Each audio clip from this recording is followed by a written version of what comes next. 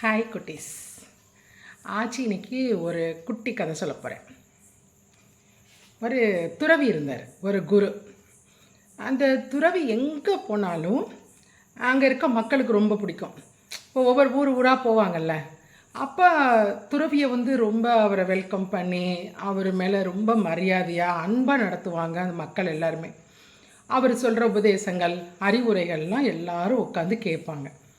அவர் மேலே ரொம்ப மதிப்பு மரியாதை வச்சுருந்தாங்க அந்த குரு மேலே. ஒரு நாள் குரு என்ன பண்ணுறாரு, ஒரு ஊருக்கு வர்றார்.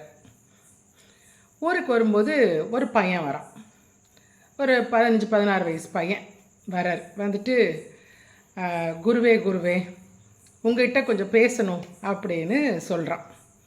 சொல்லுப்பா என்ன விஷயம் அப்படின்னு கேட்குறாரு குரு. இல்லை, எனக்கு எல்லாமே எதிர்மறை எண்ணங்களாக தோன்றிட்டு, அதாவது எதிர்மறை எண்ணங்கள்னால் நெகட்டிவ் தாட்ஸ், வெறும் நெகட்டிவ் தாட்ஸாக வந்துட்டுருக்கு. அதான் எதிர்மறை எண்ணங்கள்னு சொல்லுவாங்க. வந்துட்டுருக்கு. எனக்கு எந்த ஒரு நல்ல விஷயமும் நடக்க மாட்டேங்குது. நான் நினச்சது எதுவும் நடக்க மாட்டேங்குது. என் தாட்ஸ் எல்லாம், என்னோடய எண்ணங்கள் எல்லாமே எதிர்மறை எண்ணங்களாக தான் வருது. என்ன பண்ணுறதுன்னு தெரியல குருவே அப்படின்னு அந்த பையன் சொல்கிறான். அப்போ குரு என்ன சொல்கிறாரு, உட்கார்ப்பா, உனக்கு ஒரு குட்டி கதை சொல்கிறேன் அப்படின்னு சொல்கிறார்.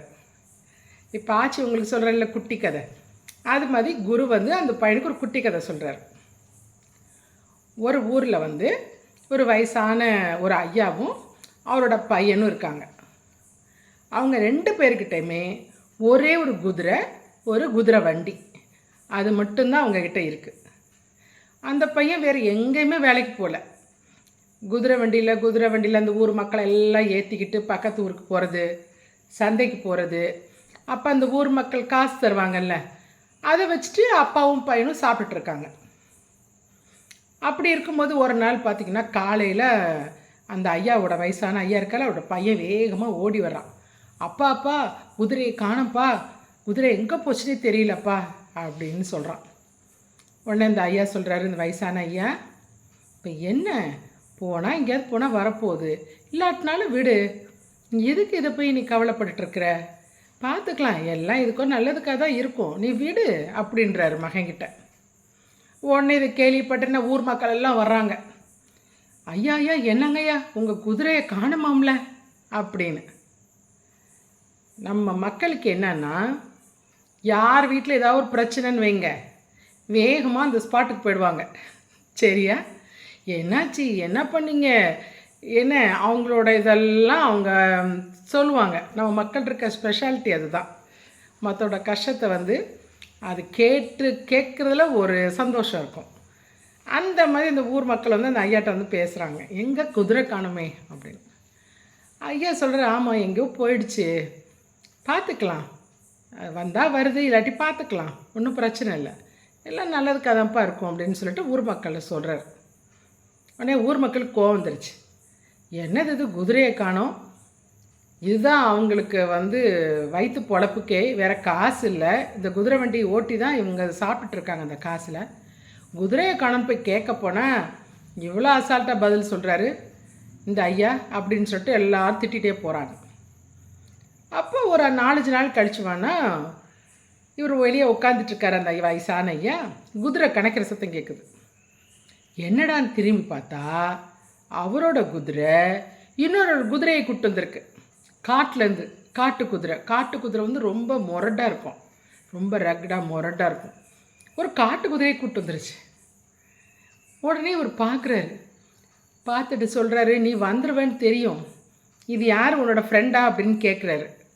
குதிரைக்கிட்ட கேட்குறாரு இந்த ஐயா. உடனே அது தலையை ஆட்டுது. உடனே மக்களெல்லாம் வந்துட்டாங்க. என்னங்கய்யா உங்கள் குதிரை வேற ஒரு குதிரையை கூப்பிட்டு வந்துருச்சாமே, அதுவும் அது காட்டில் இருக்க முரட்டு குதிரை, இதை போய் நீங்கள் எப்படி ஜமாளிப்பீங்க அப்படின்னு கேட்குறாங்க. அந்த ஐயா என்ன சொல்கிறாரு, ஒன்றும் பிரச்சனை இல்லை, இந்த குதிரை கூட்டிகிட்டு வந்து அது இருந்துட்டு போகுது, அதுவும் எனதுக்காக நல்லதுக்காக தான் இருக்கும் அப்படின்றாரு. உடனே மக்கள் பேசாமல் போயிட்டாங்க. ஒரு நாள் என்ன பண்ணுறாரு, அந்த தாத்தாவோட பையன் குதிரையில் ஏட்டு காட்டை ஒரு ரவுண்ட் அடிக்கிறார். காட்டுக்குள்ளே போகிறாரு.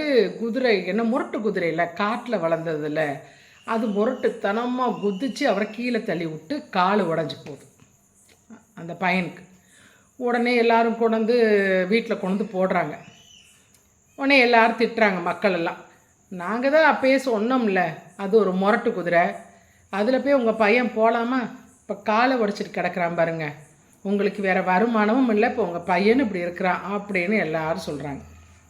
அப்போயும் அந்த ஐயா என்ன சொல்கிறாரு, அமைதியாக ஒன்றும் பிரச்சனை இல்லை, பார்த்துக்கலாம் அப்படின்னு மகனை படுக்க வச்சு அவனுக்கு வைத்தியம் பண்ணுறார். நீங்கள் கவலைப்படாதீங்க, இதுவுமே இதுக்காக நல்லதுக்காக தான் இருக்கும் அப்படின்னு சொல்கிறார். உடனே மக்களுக்கு கோபமாக வருது, போயிடுறாங்க.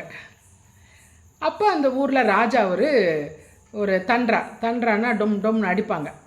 இது மாதிரி நம்ம நாட்டில் பக்கத்து நாடு கூட போருக்கு போகிறோம், அதனால் எல்லா ஊர்லேருந்தும் இளைஞர்கள்லாம் வந்து ஆகணும் அப்படின்னு சொல்லிட்டு ராஜா கட்டளை போட்டுறார்.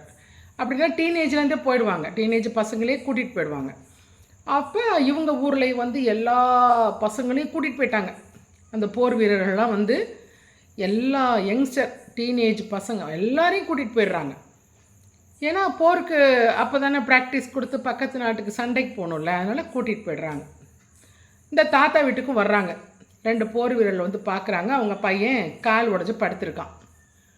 உடனே போர் வீரர்கள் பார்த்துட்டு, இவனை வச்சுட்டு நாங்கள் என்ன செய்கிறது, இவனால் போய் சண்டையாக போட முடியும், இவன் இங்கே இருக்கட்டும்னு அவங்க பையனை விட்டுட்டு போயிடுறாங்க. அந்த வாரில் பார்த்துக்கங்க, எல்லாரும் செத்து போயிடுறாங்க. எல்லா ஃபைட்டுக்கு போருக்கு போன எல்லாரும் இறந்து போயிடுறாங்க.